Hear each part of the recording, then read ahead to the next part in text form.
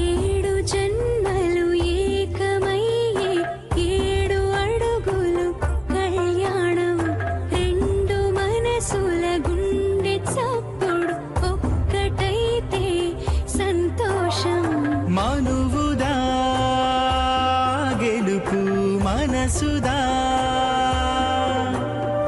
మనువు చెప్పిన ధర్మశాస్త్రమే మనసు నిండా నిండే